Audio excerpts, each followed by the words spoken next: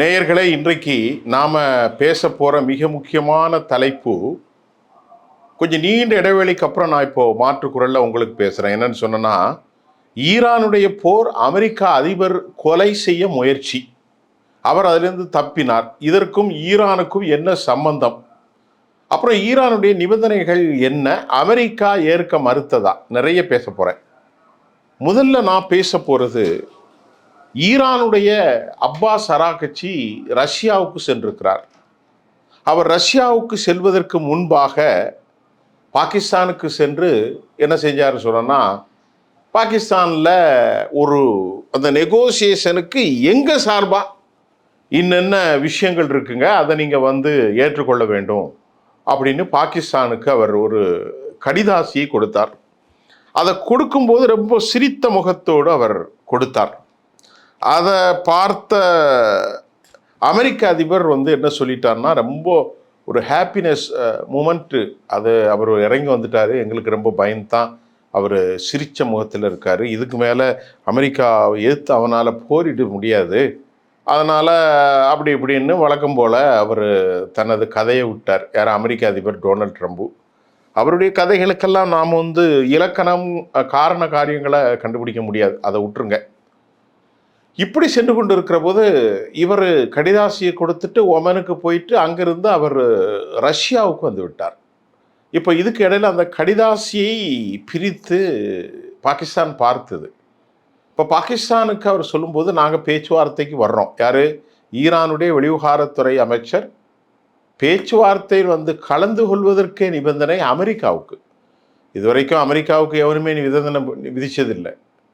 அவ்வளோ எல்லோரையும் ஆட்டி படைச்சி குண்டு போட்டு அழித்து நாசம் செய்யக்கூடிய அமெரிக்காவுக்கு இன்றைக்கி நிலைமை எப்படி மாறி இருக்கு எண்ணி பாருங்கள். இவங்களே நிபந்தனை போட்டு, இந்த நிபந்தனையை ஏற்றுக்கிட்டா பேச்சுவார்த்தை வரலாண்டா, இல்லைன்னா வர முடியாது அப்படின்னு போயிட்டான். யார்? ஈரான். அப்போ அந்த நிபந்தனையை அமெரிக்காவுக்கு சொல்கிறான். நிபந்தனை 1, போரை உடனே நிறுத்த வேண்டும். 2வது நிபந்தனை, ஹெர்மூஸ் விவகாரத்தில் பிளாக்கேடு, அமெரிக்கா போட்டிருக்கக்கூடிய தடையெல்லாம், கப்பலெல்லாம் தூக்கிட்டு ஓட வேண்டும்.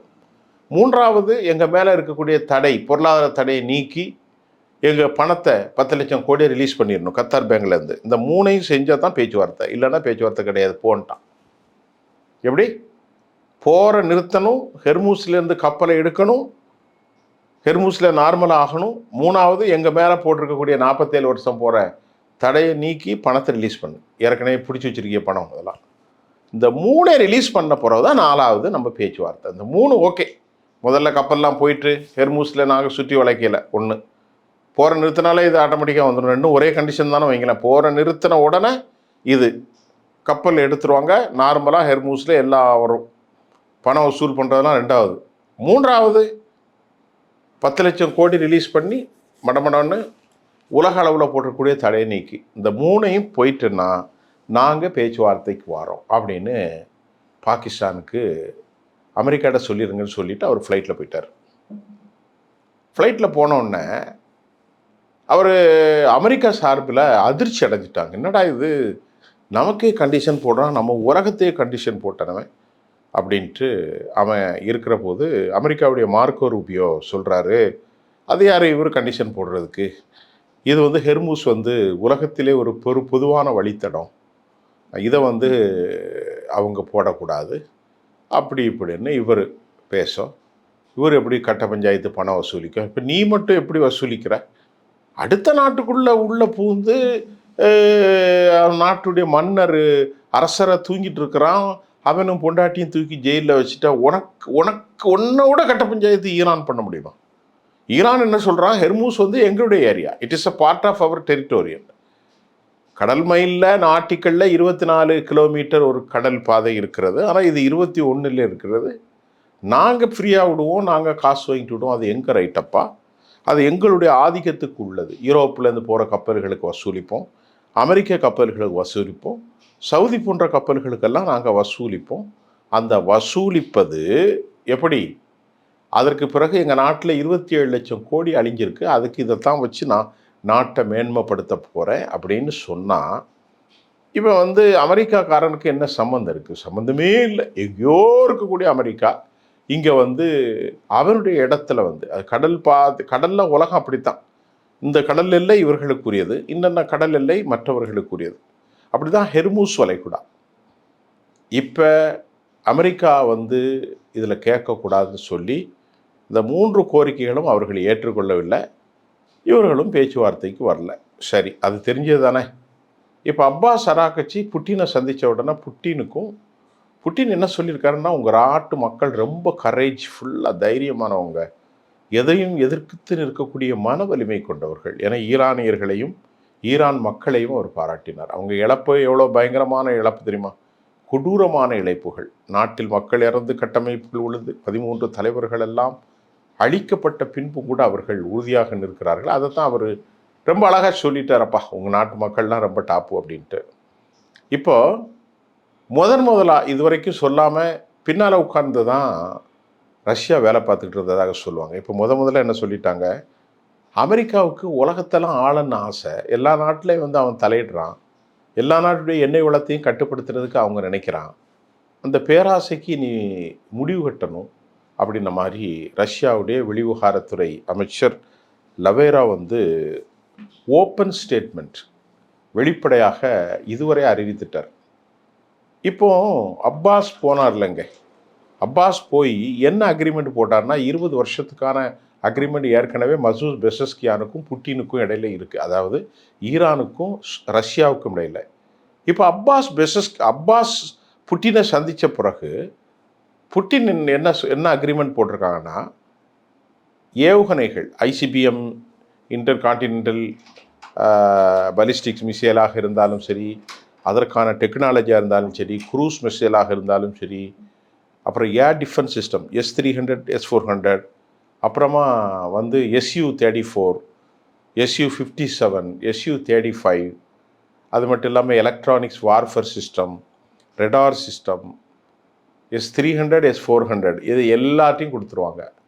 மோனிசன்ஸ், ட்ரோன் தொழில்நுட்பங்கள், அவர்கள்ட்ட இருக்கக்கூடிய கெமஹாக் மிக முக்கியமாக ஏவுகணை, எல்லாமே அதுக்கு தடை கிடையாது. இப்போ அமெரிக்கா என்ன செய்ய போகுது?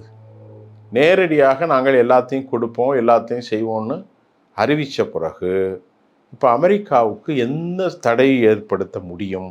அமெரிக்கா எதுவுமே செய்ய முடியாமல் கைகள் கட்டப்பட்ட நிலையில் அவர்கள் சிக்கப்பட்டு கொண்டார்கள். நல்லா புரிந்து கொள்ளுங்கள். இப்போ வெளிப்படையாக ரஷ்யா முதலாக இந்த போரில் குளித்திருக்கிறது. நாங்கள் தான் அந்த போரை செய்வோம். ஏற்கனவே திரைக்கு பின்னாடி உட்கார்ந்து தான் ரஷ்யா எல்லா வேலையும் செஞ்சாங்க. இதுவரைக்கும் ரஷ்யா செஞ்சு கொடுத்தது என்னன்னா, ஏற்கனவே ஒப்பந்தம் இருக்கிறது. ஆனால் திரைமறைவுக்கு பின்னால் அவங்க டெக்னாலஜி, டெக்னிக்கல் ஆலோசனைகள், செய்மதி படங்கள் எல்லாத்தையும் கொடுத்தாங்க. சீனாவும் கொடுத்தாங்க. சீனா ஏற்கனவே 27 கன்சைன்மெண்டலில் ஒரு கண்டெய்னரில், அதாவது வந்து ஏர் கூரியரில் கொண்டு இறக்கிட்டாங்க. நிறைய ஷிப்பில் போய்கிட்டே இருக்குது சரக்கு. அதில் சோடியம் பெர்குளோரேட்லாம் பிடிச்சாங்க. ஆயில் அவங்க நேற்றைக்கு கூட ஒரு படம் ஒன்று வெளியாச்சு. அதில் ஃபுல்லாக ஆயில் ஃபில் பண்ணி போயிட்டுருக்கு. அது எந்த வழியில் போகுது, எப்படி போகுதுன்னு தெரியல. இப்போது இவங்க 400 மில்லியன் டெய்லி லாஸ் அப்படின்னு சொன்னாங்க. இப்போ இதை மீறி இப்போ வந்து அவங்க வந்து உறுதியான நிலைப்பாடு அமெரிக்காவை அவர்கள் வெளியேற்றி விட்டார்கள். இது ஒரு பக்கம். இதுக்கிடையில் அமெரிக்காவினுடைய டொனால்ட் ட்ரம்ப் வந்து சுடப்பட்டார், அவரை சுடுவதற்கு கொல்ல முயற்சி அப்படிங்கிற பரபரப்பான தகவல்கள் வெளியேறி இருக்கிறது. அந்த தகவலில் அந்த என்ன விஷயம்னா, இது பொய் அப்படின்னு விஷயம் தெரிஞ்சிருக்கு. அமெரிக்க அதிபர் கூடுகிற இடத்துல ஒரு நாளைக்கு முன்னாடியே கூட்டம் வந்துடும். அப்படி இருக்கும்போது போலீஸ் கண்ட்ரோலில் வரும். போலீஸினுடைய இராணுவ கண்ட்ரோல், FBI கண்ட்ரோலில் வந்துடும். அமெரிக்காவுடைய ஃபொரன்சிக் யூஎஸ் ஏஜென்சி வரும். அமெரிக்காவுடைய CIA கண்ட்ரோலில் வரும். ஆனால் எப்படி இந்த உள்ள இருக்கக்கூடிய கோல் தாமஸ் ஆலன் என்கின்ற 31 வயசில் உள்ளவன் பண்ணுனான் அப்படின்னா அது ஒரு பெரிய நகைச்சுவை. இதுக்கு முந்தி வெனிசுவேலாவில் ஜூலை மாதம் ஒரு தாக்குதல், அவற்றில் தாமஸ் குரூக்ஸ் கைது செய்யப்பட்டார். அதுக்கப்புறம் ஃப்ளோரிடாவில் ரியான் ரூத் அப்படிங்கிறவன், அதுக்கப்புறம் மார்க் ஹாலண்ட், இந்த 3 பேரும் 3 நேரங்களில், ஒருவர் பிப்ரவரி, ஒருத்தர் ஜூலை, ஒருத்தர் செப்டம்பர். இப்போ இது 4வது தாக்குதல். ஒருவருக்கு ஆயுள் தண்டனை கொடுத்துருக்காங்க. 4வது தாக்குதலில் அந்த கோல் தாமஸ் ஆலன், ஏற்கனவே ஃப்ளோரிடா ரூத் தான் அந்த தண்டனையில் தப்பியிருக்கான். தாமஸ் குரூக்ஸு, அதுக்கப்புறம் இந்த மிக முக்கியமாக நாம் இப்போது ரியான் ரூத் கோல்ஃபில் பிப்ரவரியில் ஆஸ்டின் டக்கர் மார்டின் இவரையும் பிடிச்சிட்டாங்க. இப்போ இந்த கோல் யார் அப்படின்னு பார்த்தாங்க. இந்த கோல் தாமஸ் ஆலன், இவன் எப்படி உள்ளே போனான் அப்படின்னு எல்லாரும் கேட்குறாங்க. வயசு 31 வயசாக நல்லா படித்தவன், கலிஃபோர்னியாவில் இருக்கான். இப்போ இதுக்கு எந்த தகவலும் இல்லை. பிரசிடெண்ட் வர்றதற்கு முன்னாடி ஹோட்டல் ஃபுல்லாகவே அமெரிக்கா பாதுகாப்பு வலயத்தில் வந்திருக்கும். ஆனால் எந்த தகவலும் இல்லை. அப்போ அவங்ககிட்ட கேட்டால் அமெரிக்கா சொல்கிறாங்க, முதல் வளையத்துலேருந்து வரல, 2வது வளையத்தில் வந்து தப்புனா, கடைசியில் இந்த பால் ரூம்னு சொல்லக்கூடிய அண்டர் கிரவுண்ட் வரைக்கும் வந்துட்டான். அப்போ இவங்க சொன்னாங்க, அவன் ஏற்கனவே ரூமில் இருந்தால் நாங்கள் அவனை பெருசாக கண்ணுக்கிடலை. கையில் ஒரு ரிவால்வர் வச்சுருக்கான், மிஷின் கன்னு நம்ம வச்சுருக்கான், கத்திலாம் வச்சுருக்கான். இதெல்லாம் எப்படி கொண்டு போனாக்க ஹோட்டல் நிர்வாகம் சொல்லுது, அவன் இன்ஸ்ட்ருமெண்ட்ஸு மியூசிக் இன்ஸ்ட்ருமெண்ட்ஸோடு எடுத்துகிட்டு உள்ளே போயிட்டான் கித்தாருக்குள்ளே அப்படின்ட்டு ஏதோ காதில் பூ சுற்றுற மாதிரி தெரியுது. இப்போ அமெரிக்கா சமூகம் என்ன கேட்குதுன்னா, அப்படின்னாலும் செக்யூரிட்டி இருக்கும்போது அவன் எப்படி இங்கே வந்தான்? அவன் தங்கியிருக்கிற ஹோட்டல் மேலே வேற, அதில் இருக்கிறவன் எப்படி கீழே பால் ரூமுக்கு வந்தான் அண்டர் கிரவுண்டில், அங்கே வந்து எப்படி சுட்டான் அப்படின்னு இன்னைக்கு வலைத்தளங்களில் பெரிய கேள்வி போகுது. இப்போ அதுக்கு பதில் சொல்ல முடியல. ஏன்னா ஒரு நாளைக்கு முன்னாடி இதே ஹோட்டலில் தான் அவர்கள் ஒரு சினிமாவை காட்டியிருக்கிறார்கள். அதில் சினிமா இல்லை, அந்த ஆவணப்படத்தில் ஜெஃப்ரி எப்ஸ்டீன் ஃபைல் செக்ஸுவல் ஸ்கேண்டலில் மாட்டினானே அவன் கூட தான் இவர் இருக்கார். யாரும் நம்ம டொனால்ட் ட்ரம்ப்பு. அந்த ஒரு பொண்ணு சொல்லிச்சு என்ன 14 வயசில் இவர் கையை பிடிச்சி இழுத்தாருன்னு. அந்த கேவலமும் இப்போ நடக்க, அந்த பொண்ணுக்கு இப்போ 30 வயசு ஆச்சு. அப்போது 16 வருஷத்துக்கு முன்னாடி இந்த அசிங்கத்தை அவர் செஞ்சுருக்காரு நம்ம டொனால்ட் ட்ரம்ப்பு. இது இப்போ பேசப்படக்கூடாது என்பதற்காகவும், ஈரானுடைய தோல்வியை மறைப்பதற்காகவும், நீண்ட நாள் போர்வினால் ஏற்பட்டிருக்கக்கூடிய இன்ஃப்ளேஷன், விலைவாசி உயர்வு, டீசல் பெட்ரோல் விளைவு, இதெல்லாம் மறைப்பதற்காக ஏற்கனவே சுடப்பட்ட போன்று இப்பொழுது அவர்கள் ஜோடிக்கப்பட்டு கில்டன் ஹோட்டலாக அங்கே எங்கள் நம்ம கலிஃபோர்னியாவில் வாஷிங்டனில் இந்த சோடிக்கப்பட்ட துப்பாக்கி சூடு நடந்தது. இதில் உண்மையிலேயே நடக்கலை, வெளிப்புறம் தான் நடந்துச்சு. அதுக்கெல்லாம் செக்யூரிட்டி ஓடி வந்து அவர் கீழே போட்டு பிடிச்சி இடிச்சு மேலே ஏற்றி ஜேடி வேன்ஸை பிடிச்சி இழுத்துட்டு போய் பெரிய சினிமா காட்சியை போட்டு காட்டி ட்ரமாட்டிக்காக இருந்துச்சு. அது இப்போ ஃபெயில் ஆயிருக்கு. இவருடைய முடிவுகள் எல்லாமே ஃபெயில். அமெரிக்கா எவ்வளோ நாளைக்கு இந்த உலகத்தினுடைய கிரைஸை அனுமதிக்க போகிறாங்க? ஹெர்மூஸினுடைய இதை நீக்கலைன்னா அதிக பிரச்சனை வரும். அது ரொம்ப முக்கியமான விஷயமாக பார்க்கப்படுது. இதுதான் இந்த விவகாரம், இன்னைக்குள்ள விவகாரம். ஈரான் அமெரிக்காவுடைய கோரிக்கைகள் நிராகரித்தது. அமெரிக்கா எங்கள் 3 கோரிக்கைகளும் ஏற்றுக்கொண்டால் மட்டும்தான் சமாதானம். ஹெர்மூஸில் பிளாக்கேடு இப்பொழுது நீடிக்கின்றது.